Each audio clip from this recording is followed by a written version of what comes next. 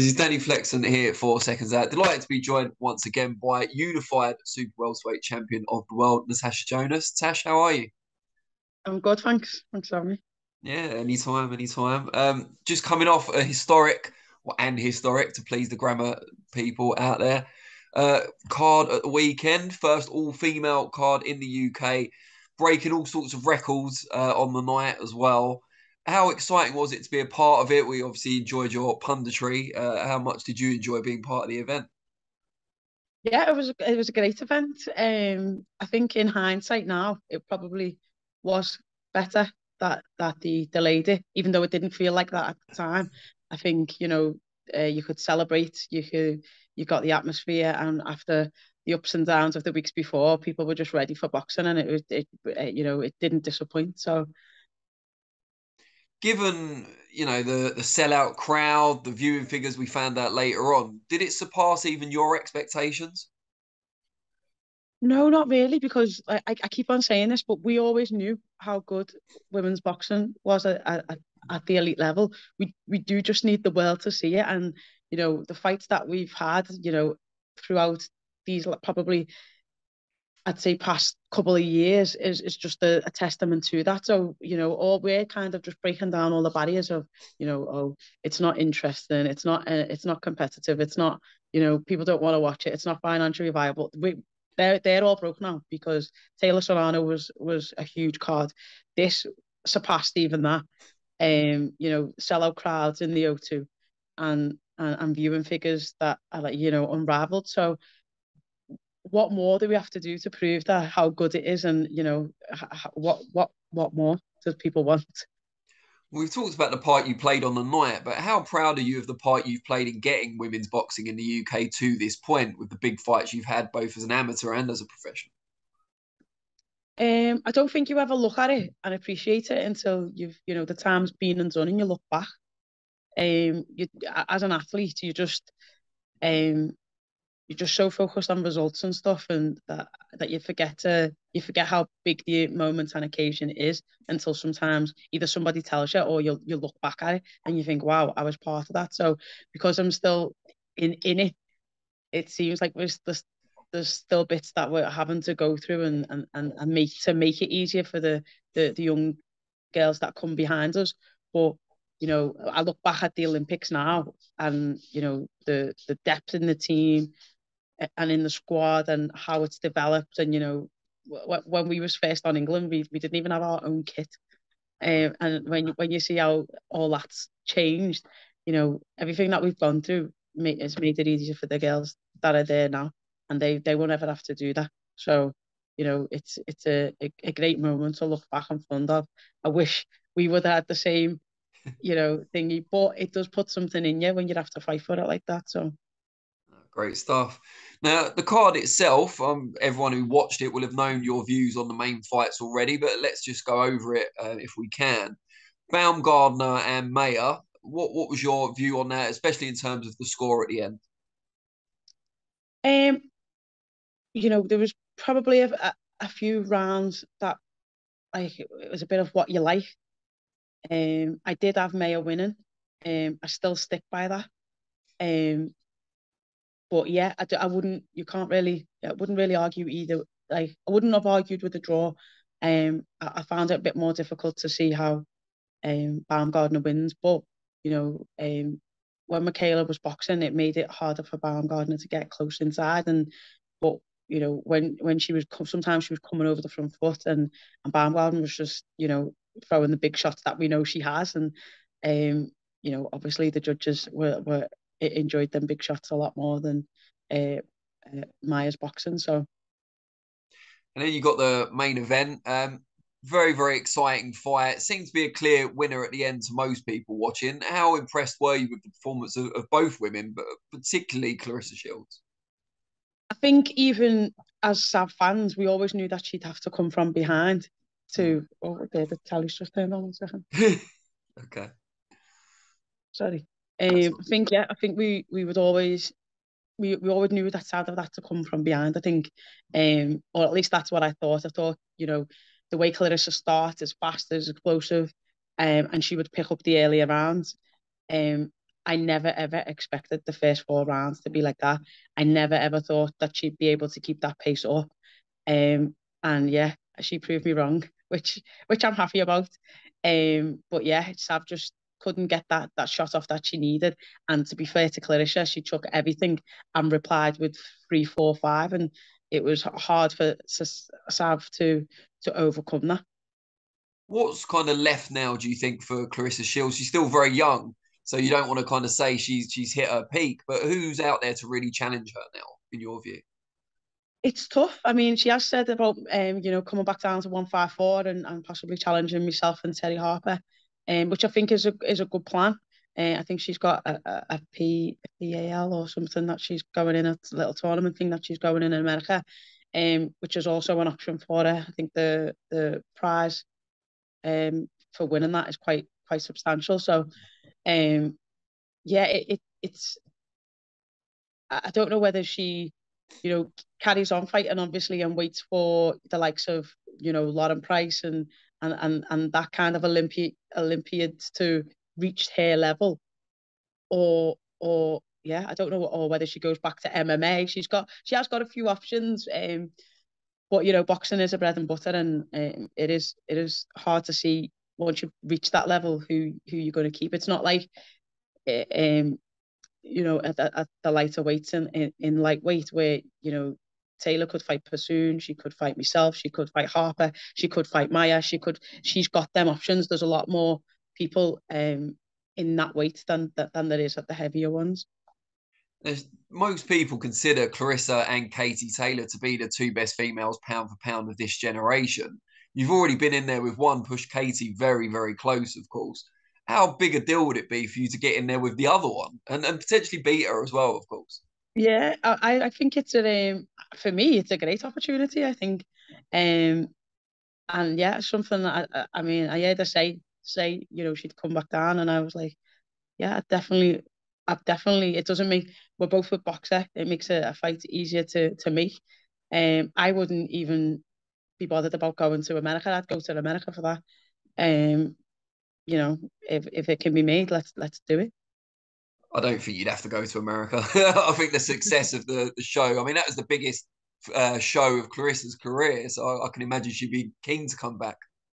Yeah, she has said that, to be fair, and I think we are at a bit of at a point with women's boxing here where it's very very well supported, and promoted. So the promoters take us seriously, the platforms take you seriously, and the public take you seriously, which is what we want. So I think it would make sense to be here, but I also understand that she may want to box at home because there's no place like home for any athlete. What would you see as your advantages going into that fight? Because she's been pretty dominant against everyone she's fought. That was probably her toughest fight on Saturday, and she still won relatively clearly, not comfortably, I wouldn't say though. Where do you think your advantages lie? I think speed, accuracy, timing, and yeah, and just being smart. Good stuff. Now, on the road to that fight, you obviously want to become undisputed champion at 154. The next stage of that is November 12th, headliner in Manchester against Decare. Very, very good fight. What do you make of her? Her only defeat is, of course, to Claressa in an undisputed title fight. What do you make of her strengths and weaknesses wise? Oh, that'd be giving stuff away. Obviously, I think she's a bit more of a natural super welter. I think the two that I've in Namas and Bergholt that I've fought before have both weighed in under 150 Hmm. when we've come to fight. So that kind of helped me in the sense of, I'm not fighting someone who's, 160, 165 getting in. Whereas this time I think I will be. Um, like with um Claressa, I believe I will have, speed over her. I think my boxing abilities are better, and yeah, I've just got to be smart and not get dragged into a fight or a tussling war with her. We've seen you come in around 147, 149 for your fights at the weight so far. Is that going to stay the case in your view, or would you like to put on a bit more size? I just do whatever makes me feel comfortable. So, these next probably 2, 3 weeks in camp will determine that. If I can be a little bit heavier, I probably will do. But if it affects me performance or it makes me, feel a little bit tired in the later rounds, then I won't. I'll just come in at the same. Should everything go well against the care, that will leave one major belt that you won't hold at 154, at least for now, and that's held by your old rival, Terry Harper. She beat Hannah Rankin, of course. What did you make of her performance in that fight? Honestly, I haven't watched it fully. I've seen some highlights, but I haven't actually watched it in full. Um, and obviously, I think I can't remember where I was, but people were, giving me round by round descriptions as I was out and about. So I felt like I've watched it, even though I haven't. Um, but yeah, I think it was quite a dominant performance from Terry, from what I heard. Um, and yeah, I don't think Hannah was at her best. Was something else. And just from what I've seen, yeah, I think the speed, kind of was a pro, and the size for Hannah was a con because she couldn't move as well as Terry could. When you fought to that contentious draw with Terry a few years ago, could you ever have conceived that the rematch? I know it was talked about at the time as an immediate one, but could you ever conceive that it'd be up at 154, potentially for all the belts? No, never, never. And I think I think the shoe's a little bit on the other foot now. I Mm. think at that time I was grateful for the opportunity to fight Terry, and when that happened, that she held all the power. And I don't think that's the same case now. How much of the credit for that situation do you give to Boxer? Because they've got you out, what, 3 times it will be by the end of the year, and potentially 3 different world titles to have won as well. Yeah, everything. Like I keep saying, I've got a great relationship with Ben. Um, you know, and every time he wants to put something in front of me, I haven't said no to any, and it's got me to this point here. So, when I changed over promoters, the one thing that he said is that he'll make me a world champion within 3 fights. He actually did that within two. And I'm a unified champion, and going for my third title, so I have no complaints. Sky's a brilliant platform to be on as well. So yeah, life's good. I think a lot of people thought I'd made the wrong decision when I took that opportunity, and I said, give me a year and tell me that after a year, and we're at that year. So I don't think, in my view, that I made the wrong decision. I think I made the right one.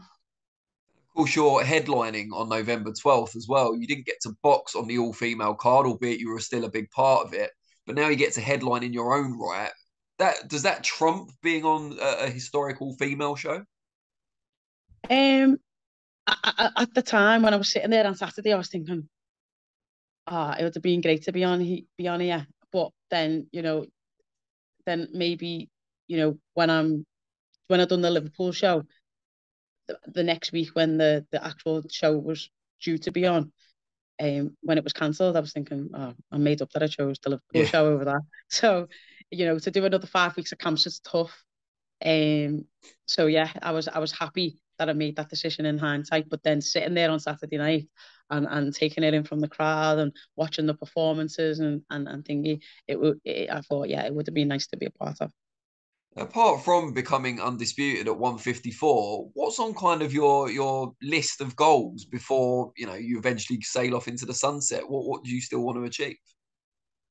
I don't know, to be honest. I honestly don't know. I just want to keep on pushing myself, and when I feel that I can't push myself anymore and I've reached where I need to reach, then I'll call it a day. I realised that GB, that mentally the sessions were getting tougher. It wasn't physically, and I enjoyed it less and less and less. And when I feel that way about the professional side, that's when I'll call it a day. What's the key to you enjoying it continuously now to still have that fire? Is it the challenges you keep getting, or is it in the gym that Joe keeps it fresh? What is it that keeps that fire burning? A little bit of everything. I think the atmosphere in the gym. We all we know it's work time when you step through the doors, but we also have a lot to do that, and we all push each other and drag each other through. Yeah, the challenges, every, athlete, there's that competitor side in you that never wants to give up anything. And, challenges are just part of your DNA and who you are. So I think that helps. And the fact that I still don't think that I've fully reached my potential and shown exactly everything that I can do and that I do in the gym. So I still believe there's a lot more to come. So once I feel like that isn't the case, that's, like I say, that's when I'll call it a day and start reconsidering my plan. What is it specifically about Joe Gallagher that's brought that out of you, the development so far, and potentially more to come? I think Joe's a forever learning.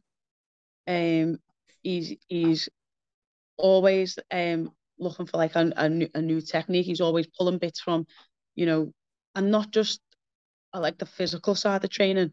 Like, like I keep on saying, like after an open off and stuff, we had to, it wasn't the physical side that we had to work on. I was mentally broken. And he went away with me and went through that journey with me. And we both learned stuff about ourselves, and we would be constantly throwing back, books and series and podcasts for us both to listen to. So the fact that he knows me so well in and out, and yeah, it's just the way the person that he is. I think, I know that he's not just about, he wants it just as much as you do, and he always says it when he's when he's in the gym, I can't want it more than you. So, that's when you've got to work. Brilliant.